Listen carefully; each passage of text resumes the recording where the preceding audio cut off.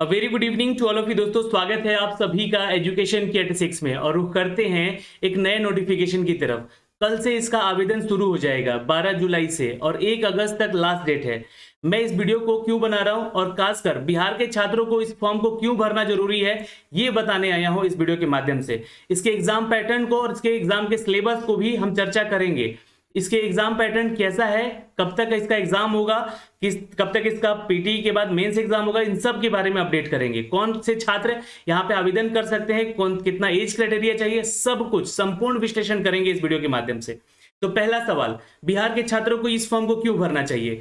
बिहार में जितनी वैकेंसी निकाली जा रही है सभी के लिए कम से कम आपको 1 साल, 2 साल, 3 साल, 4 साल, 7 साल तक इंतजार करना पड़ रहा है। तो क्यों ना हम अपना रुख बैंकिंग सेक्टर की तरफ मोड़े, क्योंकि बैंकिंग के जितने भी एग्जामिनेशन हैं वो सभी एग्जामिनेशन लगभग 7 से 8 महीने में कंप्लीट करके ज्वाइनिंग करा ही दी जाती है।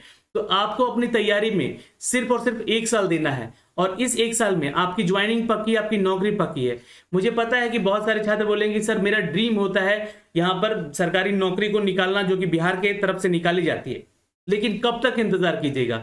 इंतजार उम्र खत्म होने का निकालिएगा या फिर बैंक के एग्जाम में जाना पसंद कीजिएगा। मेरे ख्याल से आपको इसकी वैकेंसी के लिए अप्लाई करना चाहिए, जहां पर आईबीपीएस क्लर्क की वैकेंसी निकाली गई है। 5920 पदों की वैकेंसी है। दोस्तों इस वीडियो के माध्यम से आपको सारी डिटेल देंगे, तो चैनल को सबसे पहले जाके सब्सक्राइब कीजिए, उसके साथ बेल आइकन दबा लीजिएगा ताकि हर वीडियो का नोटिफिकेशन आप तक सबसे पहले हमारे चैनल के माध्यम से जा सके। तो चलिए लेकर चलते हैं इसकी अपडेट पे। दोस्तों हम आपको लेकर चलते हैं सीधे इसके ऑफिशियल वेबसाइट पे, जहां से इसका नोटिफिकेशन आपको जारी किया गया है। आप चेक कर सकते हैं यहाँ से क्लिक आउट करके इसका एडवर्टाइजमेंट भी डाउनलोड कर सकते हैं। ये एडवर्टाइजमेंट संख्या संस्करण जो है इसका 11वां है, क्लर्क की वैकेंसी है। यहाँ पे आईबीपीएस की जो 11वें संस्करण में निकाली गई है और इसका जो नोटिफिकेशन है यहाँ से आप देख सकते हैं, जो कि मैंने यहाँ पे आपके लिए डाउनलोड भी कर रखा है। दोस्तों यहाँ पे आपको बता देना चाहते हैं कि ये आपको जो वैकेंसी है 2022 और 23 की वैकेंसी है, इसलिए आपको 2022 अप्रैल तक फाइनल ज्वाइनिंग भी दे दी जाएगी। तो इसको आप लोग ध्यान में जरूर रखेंगे। दोस्तों यहाँ पे अगर हम बात कर ले इसके एग्जाम के पैटर्न को, तो सबसे पहले आपको ज्वाइनिंग जो मिलेगी इन सभी बैंक के जरिए आपको यहाँ पे ज्वाइनिंग मिल सकती है। यहाँ से चेक कर सकते हैं, bank of Baroda, bank of India, bank of Maharashtra, Canara bank, central bank, Indian bank, Indian overseas bank, Punjab national bank, Punjab and Sind bank, UCO और यूनियन बैंक ऑफ इंडिया में आपकी ज्वाइनिंग हो सकती है। अब यहाँ पे जो टेंटेटिव डेट है उससे अवगत होते हैं। कल से इसका फॉर्म भरा जाएगा और 1 अगस्त तक यहाँ पे फॉर्म भरना है, आखिरी तिथि है। दोस्तों इसके लिए आप ऑनलाइन आवेदन कर सकते हैं 1 अगस्त तक। और देखिए जो भी छात्र इसके लिए प्री एग्जामिनेशन ट्रेनिंग जिनको मिलता है, जो कि SC ST कैटेगरी से आते हैं, वो अगस्त में ही इनको ट्रेनिंग का डेट दे दिया जाएगा और उनका ट्रेनिंग भी अगस्त 16 से स्टार्ट कर दिया जाएगा। इनफैक्ट डाउनलोड करने का आप जो जनरल कैटेगरी के स्टूडेंट हैं उनके प्रीलिम्स के लिए अगस्त में ही आपको यहाँ पे एडमिट कार्ड डाउनलोड करने का डेट भी निर्धारित कर दिया गया है। तो अगस्त में ही आप इसका एडमिट कार्ड भी डाउनलोड कर सकते हैं। दोस्तों अगर हम बात कर ले इसके प्रीलिम्स एग्जामिनेशन की, तो यहाँ पे चेक कर सकते हैं दोस्तों 28 अगस्त, 29 अगस्त और 4 सितंबर को इसकी परीक्षा है। तो डेट पहले ही यहाँ पे फिक्स हो चुका है कि इस डेट में आपका यहाँ पे एग्जाम होना है। तो देखिए कितनी जल्दी आपका परीक्षा लिया जा रहा है। 1 से 1.5 महीना अभी भी आपके पास समय है। अगर आप इसकी परीक्षा की तैयारी में लगते हैं तो फिर भी यहाँ पे पीटी तो बहुत आसानी से निकाल लीजिएगा और आपको मेंस की तैयारी करने का भी समय काफी मिल जाएगा, जो कि अक्टूबर महीने में इसका मेंस का एग्जाम है। अगर आपका मैथमेटिक्स और अंग्रेजी बहुत अच्छा है और रीजनिंग बहुत अच्छा है तो इस फॉर्म को आप जरूर भरेंगे, वो छात्र जो बिहार से बिलोंग करते हैं। अब ये ऑल इंडिया वैकेंसी पहले मैं आपको बता देना चाहता हूं, इसके सिलेबस को भी डिस्कस करेंगे अभी थोड़ी देर में, तो प्लीज वीडियो को अंत तक देखिएगा। आपको देखिए अलॉटमेंट जो है, प्रोविजनल अलॉटमेंट दे दिया जाएगा अप्रैल 2022 में। तो अप्रैल 2022 में आपको नौकरी मिल सकती है।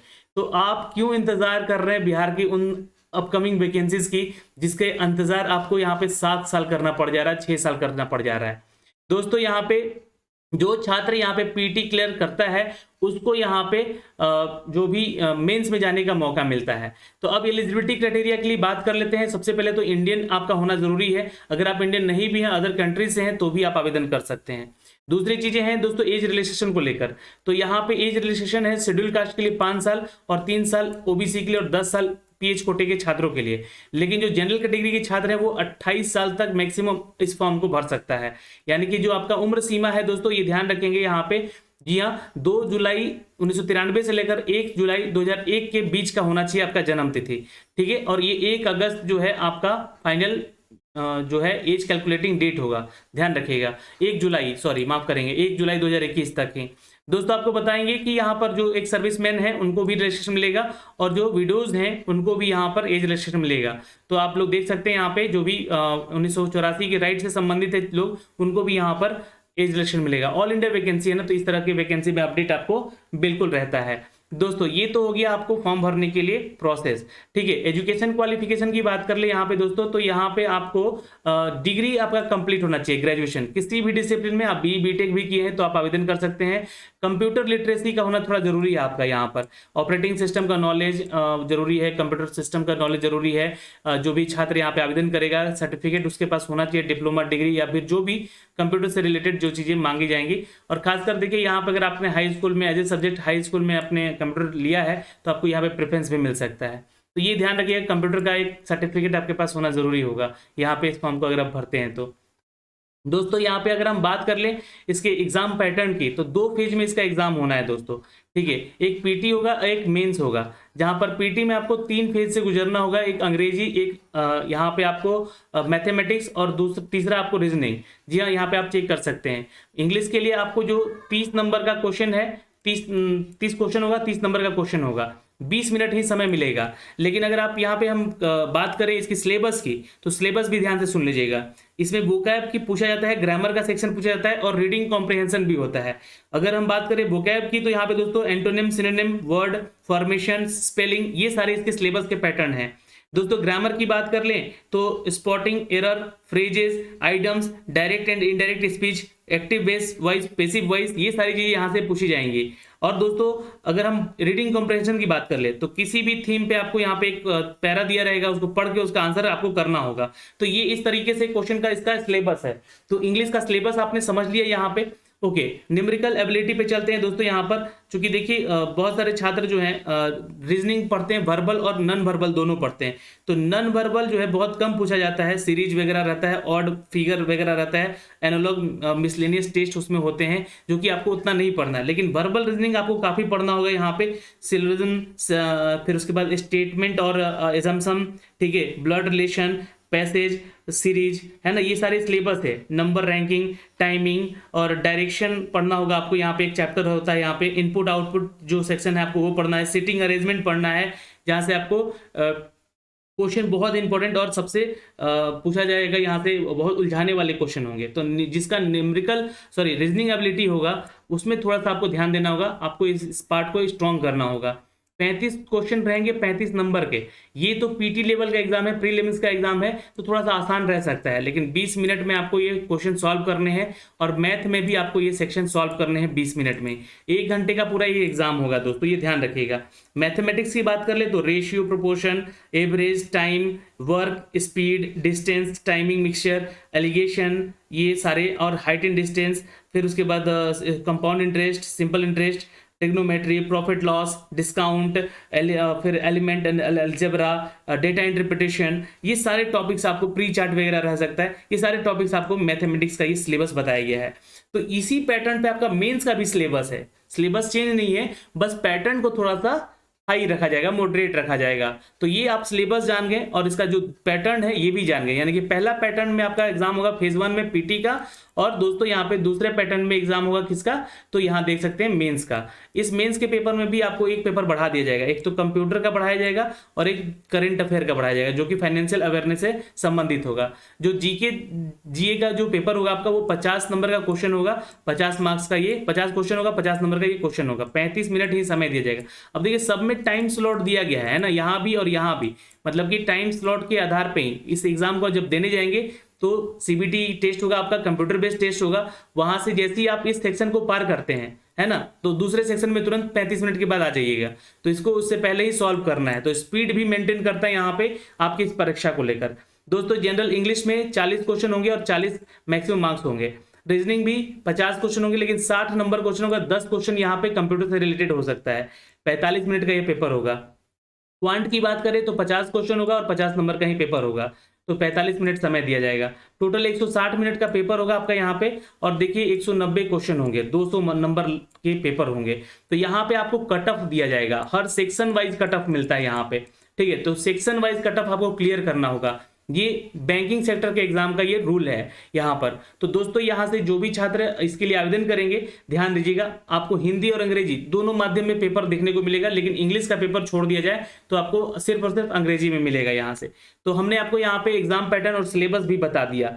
आप बिहार के छात्रों को आवेदन क्यों करना चाहिए ये भी बता दिया। एग्जामिनेशन सेंटर आप अपने हिसाब से देख सकते हैं यहाँ पर। जी मैं आपको पूरा जो लिस्ट पीडीएफ दूंगा यहाँ पे, उसमें दिया गया है पीडीएफ में, आप देख सकते हैं कहाँ कहाँ आप सेंटर डाल सकते हैं। अगर आप बिहार स्टेट से हैं, चाहते हैं कि यूपी के लिए आवेदन करना, तो बिल्कुल कर सकते हैं, लेकिन वहाँ की लोकल लैंग्वेज, जैसे कि अगर बंगाल के लिए आप आवेदन करते हैं तो बंगाली आना चाहिए, लेकिन हिंदी राज्य के लिए कहीं आप आवेदन कर रहे हैं तो हिंदी तो आपको आता ही है, तो हिंदी के लिए आप आवेदन कर सकते हैं जो भी हिंदी राज्य हैं। लेकिन देख सकते हैं वहाँ पे आपको मैं बोलूंगा कि अपने राज्य के लिए आवेदन कीजिए, सबसे ज्यादा फायदे में आप रहेंगे वहां पे। ऐसा बिल्कुल मत सोचिएगा कि बिहार के छात्र हैं तो बिहार के छात्रों के साथ कंपटीशन हो जाएगा तो पेपर टफ हो जाएगा, ऐसा कुछ नहीं है। आप अच्छे से एग्जाम दीजिए, तैयारी करके दीजिए, आपका सारा यहाँ पे चीज क्लियर हो जाएगा। फॉर्म को कैसे भरना है ये पैरा नंबर एच में आपको यहाँ से दिखेगा, और 1 अगस्त से पहले इसको आप आवेदन कर लीजिएगा। आपके पास एक अपना फोटोग्राफ होना चाहिए जो कि रिसेंट होना चाहिए और इस साइज में होना चाहिए, सिग्नेचर होना चाहिए, एक थंब इंप्रेशन होना चाहिए लेफ्ट थंब का, उसका स्कैन करके रख लीजिएगा, उसको अपलोड करवाया जाएगा आपसे। उसके अलावा दोस्तों आपसे एक हैंड रिटन लिखवाया जाएगा। हैंड रिटन ये आपको लिखना है, यहाँ पे देखिए जो पैरा नंबर दिया गया है एच में, यहाँ पर 3rd में यहाँ पे, ठीक है, इसको पढ़िएगा और यही को इसको लिख कर, यहाँ पूरा लिख कर इसको स्क्रीनशॉट लेकर और उसको फिर अपलोड भी करना होगा, ताकि आपके जो ज्वाइनिंग होगी उस समय आपको ये सारे चीज़ चेक किया जाएगा। और ऑनलाइन ही पेमेंट करना है, कहीं भी नहीं जाना, आप घर बैठे इस फॉर्म को आप अपने फ़ोन से भी भर सकते हैं, या फिर कंप्यूटर है आपके पास तो लैपटॉप है तो उससे भी भर सकते हैं। फॉर्म भरने का फीस इंपॉर्टेंट है। जो SC ST PWD एक सर्विसमैन के स्टूडेंट है 175 रुपये लग रहा है आपसे विद द GST चार्ज, और 850 रुपये जनरल कैटेगरी के और OBC कैटेगरी के और EWS कैटेगरी के छात्र छात्राओं के लिए लग रहा है GST charge with GST charge, यानी कि 850 का है तो और भी GST आपको यहाँ पे लग सकता है।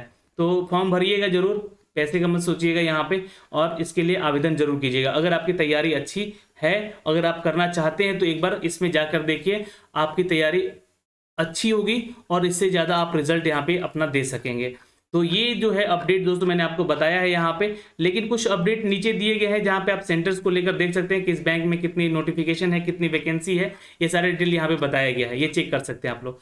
ये मायने नहीं रखता है, आपको मायने रखता है एक सीट, जिस बैंक में वहाँ पे सीट है उस बैंक के लिए आप आवेदन कर रहे हैं, तो आप सीट से यहाँ पे आपको कोई मतलब नहीं होना चाहिए। जैसे NR लिख रहा है तो इसका मतलब इस बैंक में कोई भी वैकेंसी नहीं है, तो ये जरूर देख लीजिएगा कि इस बैंक में हमको इस फॉर्म को नहीं भरना है, ठीक है। जिस हर एक स्टेट वाइज दिया गया, देखिए उत्तर प्रदेश का दिया गया, उसी तरह बिहार का भी दिया गया होगा, वेस्ट बंगाल का दिया गया है, ये सारी डिटेल आप चेक कर सकते हैं, ठीक है। कितनी कितनी वैकेंसी है, ये सारा चीज़ आपको यहाँ से देखने को मिल सकता है। अब आपका सेंटर जो है आप अपने मन से दे सकते हैं कहाँ पे आपको सेंटर देना है, ऐसा कुछ नहीं किया। अगर बिहार से है तो आप सिर्फ बिहार में ही फॉर्म भरें, आप अदर स्टेट का भी फॉर्म भर सकते हैं जाके, लेकिन आप उस स्टेट के लिए आवेदन कीजिएगा तो उस स्टेट के लिए ही आपको सेंटर देना होगा। आप बिहार के लिए भरेंगे तो आरा, औरंगाबाद, भागलपुर, दरभंगा, गया और मुजफ्फरपुर, पटना और पूर्णिया में इसका सेंटर दे सकते हैं। तो ये सारा डिटेल है दोस्तों, यहाँ से फॉर्म भर लीजिएगा। और फॉर्म भरने में अगर कोई दिक्कत होती है तो प्लीज़ ज़्यादा से ज़्यादा कमेंट कीजिएगा, तो एक फॉर्म भरने का वीडियो भी हम आपको बना के दे देंगे। तो इस वीडियो के माध्यम से दोस्तों हमने वो सारी डिटेल आप तक साझा किया है। अगर आपको ये वीडियो पसंद आई है तो एक लाइक और शेयर कीजिएगा उन छात्रों के लिए जो छात्र बैंकिंग की तरफ मूव कर रहे हैं या फिर जो छात्र बैंकिंग की तैयारी कर रहे हैं। धन्यवाद, मिलते हैं आपसे अगले वीडियो में, तब तक के लिए बाय बाय, टेक केयर, ध्यान रखिएगा अपना और अपने परिवार का।